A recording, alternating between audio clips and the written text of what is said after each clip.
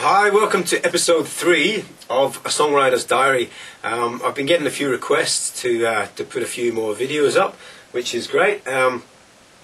So I thought I'd try and make this one a little bit about what constitutes a hit song. Now, I guess if we knew that, if anyone knew exactly what constituted a hit song, we'd all be writing them and we'd all be millionaires. But the truth is, nobody really knows. There's obviously some semi-formulas, if you like, the song structure and the catchy choruses and all that kind of thing. But some of the most successful songs in the world have been successes for totally different reasons. In fact, sometimes what I like to do sometimes is go out on a Friday night and just listen to what songs are actually getting a reaction from the crowd. And a lot of the times it's very simple songs that the chorus is just like, for instance, a song like Blur, song 2, everyone's just jumping up and down and going woohoo.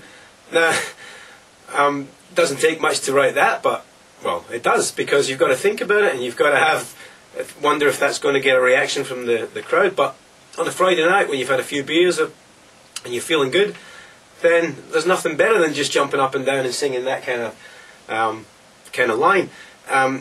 The Police, do do do da da da, that kind of stuff. So it's very simple but effective.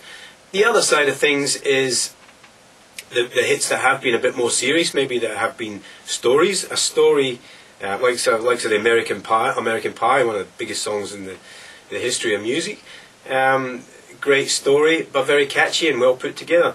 So what I've tried to do in this particular song that I've been writing, well actually I wrote this one a while ago, but I'm trying to revamp it now, is I tried to capture both the storyline in the verse and the woohoo factor if you like in the chorus. Okay, so just a little bit of background on this particular song. About 6 or 7 years ago, I used to play in a band and we had a gig every Friday night at the same venue, and when we went down there, I noticed after a while that there was a guy who used to come and watch the band every single Friday night. It was just his thing. He'd go and he'd have his few beers with his friends and chill out and enjoy the music, and at the same time on that night I'd be watching the crowd reaction to exactly these songs and people jumping up and down at Blur, song 2. So as I was driving home that night, I thought about this particular guy and wanted to write a story about him, but also trying and capture the whole pub atmosphere and get this sort of the up chorus with a jumping up and down factor.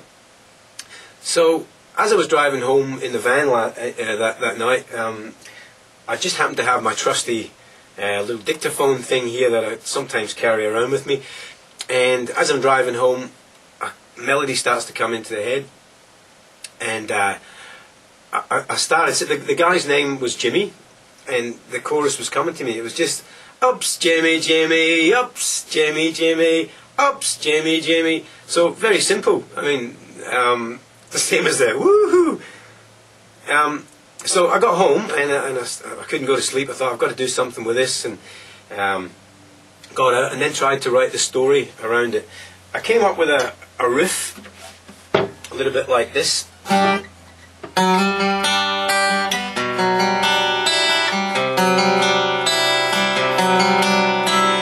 Okay, so, and then the words, sometimes they just flow, sometimes they don't, and in this particular case the words just started to come to me for the story because I knew what I was going to write about. So this was all about this guy Jimmy at the pub on a Friday night, and it started. So the words sort of came to me. There's a place on a map, there's a pub on a street, and a bar inside, and the bloke that you meet, he's a quiet guy, he's a regular, stands in the corner drinking his beer.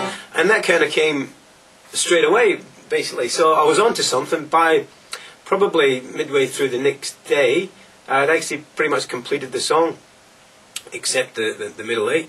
So yeah, it just shows you that it is quite. Sometimes songs take an eternity to write, and other times they just come to you. So anyway, just to sign off again, thanks for watching episode 3 of A Songwriter's Diary. I'm going to play, as I always do, where I'm at with the song up to now. So with this particular one, I've tried to use a few arpeggiated new keyboardy sounds in it, just to try and give it slightly more modern feel. And yeah, okay, so here we go. I'll play this for you, and as usual, don't forget, we'll hopefully be uploading some music very shortly to the website, craigballantynemusic.com, and also hopefully be available on iTunes. So yeah, thanks for watching. Come back soon. This one's called Jimmy's Corner.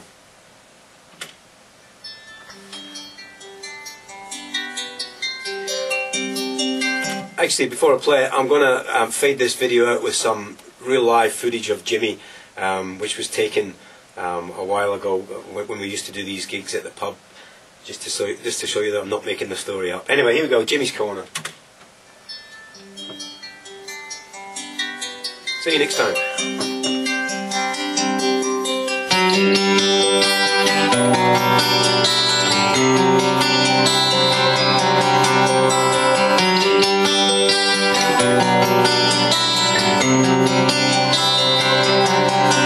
There's a place on the map, there's a pub on the street, and a bar inside, and a bloke that you meet. He's a quiet guy, he's a regular, stands in the corner, drinking his beer. It's his territory, it's his own piece of land, by the side of the stage, where the speaker stands. It's where he meets his mates, and tells his tales, forgets his job, and finds love ill. This place is home, every Friday. Oh, Jimmy, Jimmy, oh, Jimmy, Jimmy, oh, Jimmy, Jimmy. Jimmy's in his corner.